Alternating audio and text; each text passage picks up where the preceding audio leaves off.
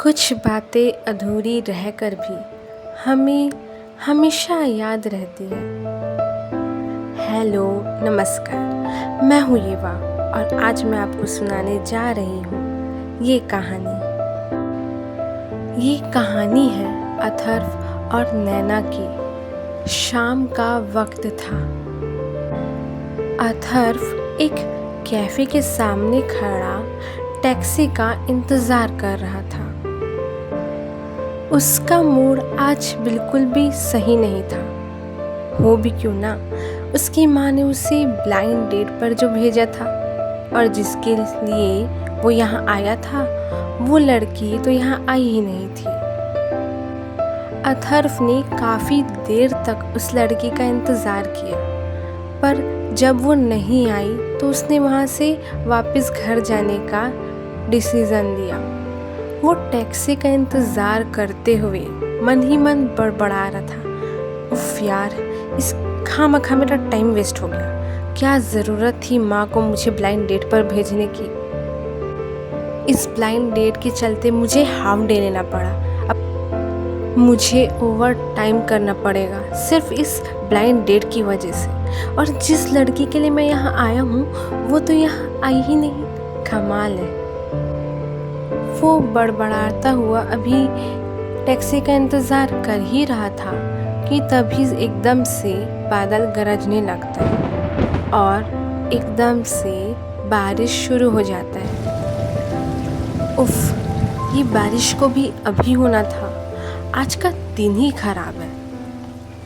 उसने इतना कहा ही था कि तभी उसकी नज़र एक लड़की पर पड़ती है जो न जाने कब से किसी का इंतज़ार कर रही थी और खुद में ही बड़बड़ाते हुए बोलती है, ओफो, आधे घंटे का वक्त दिया था मैंने उसे, बट वो अभी तक आया ही नहीं। और ये बारिश, इसे भी अभी होना था।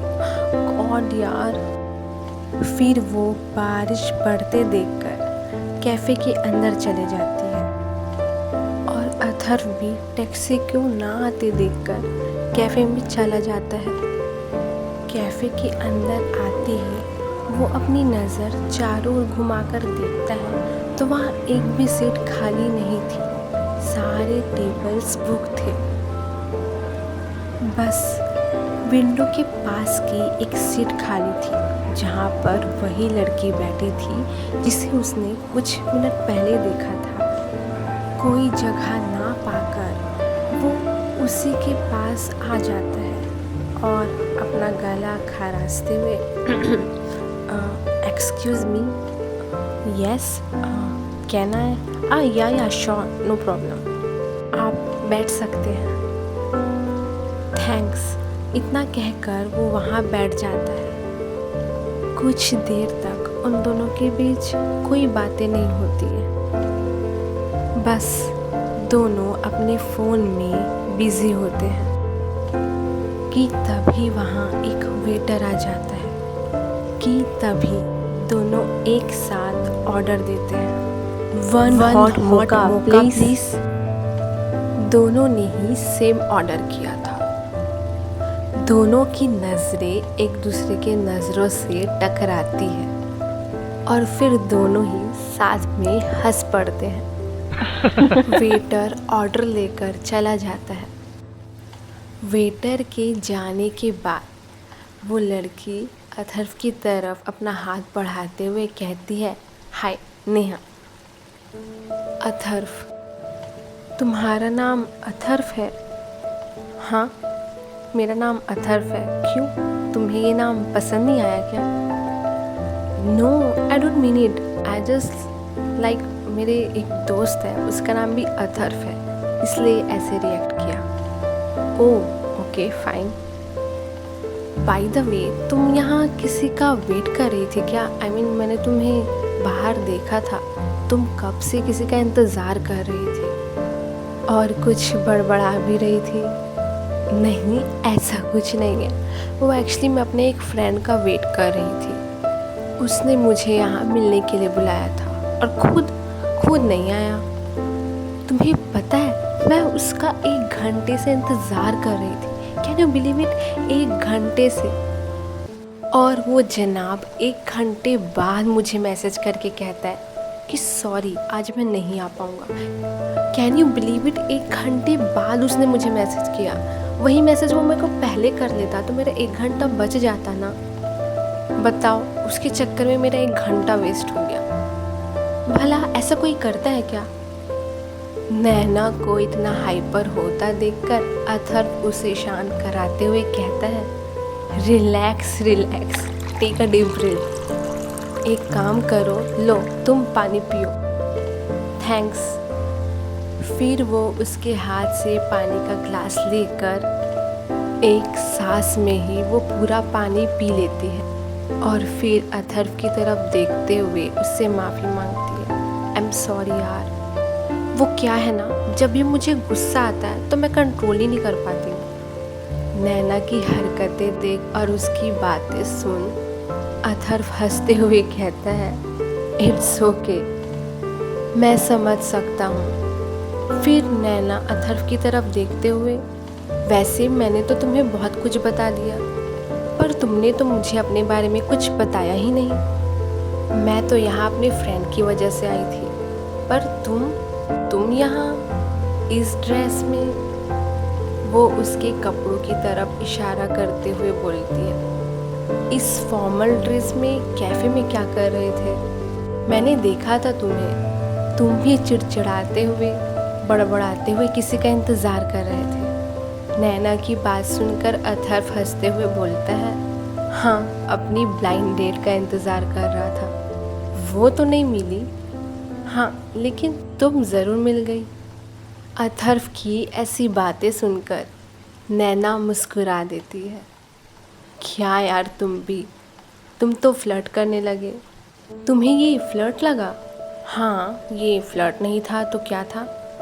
मैडम, इसे फ्लर्ट नहीं कहते। अच्छा, तो इसे क्या कहते हैं? इसे मजाक कहते हैं। और इतना कहकर वो हंसने लगा। अथर्व को यूँ हंसते देखकर नैना चिढ़ जाती है। हाँ, ठीक है, इतना हंसने की ज़रूरत नहीं। इसी तरह दोनों घंटों बातें करते हैं, कुछ अपने बारे में तो कुछ सोसाइटी के बारे में, लाइफ के बारे में। कुछ ही देर में बारिश भी रुक जाती है। बारिश के रुकते ही नैना अपनी सीट से उठते हुए कहती है, मुझे अब जाना होगा। तो अथर्व उसे रोकते हुए पूछता है, फिर कब मिलोगी? तो नैना उसकी बात सुन रुककर मुड़ती है और उसकी तरफ मुस्कुराते हुए देखते हुए कहती है, अगर किस्मत ने चाहा तो ज़रूर मिलेंगे। इतना कहकर वो वहाँ से चले जाती है और अथर्व वो उसे बस देखता रह जाता है। अगले दिन अथर्व फिर से उसी कैफ़े में आता है, इस उम्मीद में कि शायद आज फिर नैना से मुलाकात हो जाए। वो उसी कैफ़े में बैठे काफ़ी देर तक उसका इंतज़ार करता है, पर वो नहीं आती। तभी वही वेटर उसके पास आकर उससे पूछता है, आप क्या लेना पसंद करेंगे?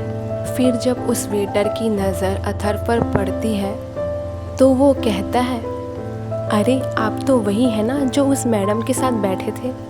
वेटर के ऐसे सवाल सुनकर अथर्व उसकी तरफ देखते हुए पूछता है, तुम ऐसे क्यों पूछ रहे हो? कुछ हुआ है क्या? आपको नहीं पता? क्या नहीं पता? कल आपके जाने के बाद वो मैडम यहाँ आई थी। वो शायद अपना कुछ भूल गई थी, शायद पर्स भूल गई थी। और वो जैसे ही कैफ़े से बाहर निकलती है मेन रोड पर, उनकी एक कार से एक्सीडेंट हो जाती है और ऑन द स्पॉट उनकी डेथ हो जाती है। और ये सुनकर अथर्व का चेहरा, जो कुछ वक्त पहले तक मुस्कुरा रहा था इस उम्मीद में कि शायद आज नैना से मुलाकात हो जाए, ये खबर सुनकर उसका चेहरा आंसुओं से भीग चुका था। नैना से हुई ये एक मुलाकात, उसकी बातें, ये सब अब बस अथर्व की एक याद बन चुकी थी।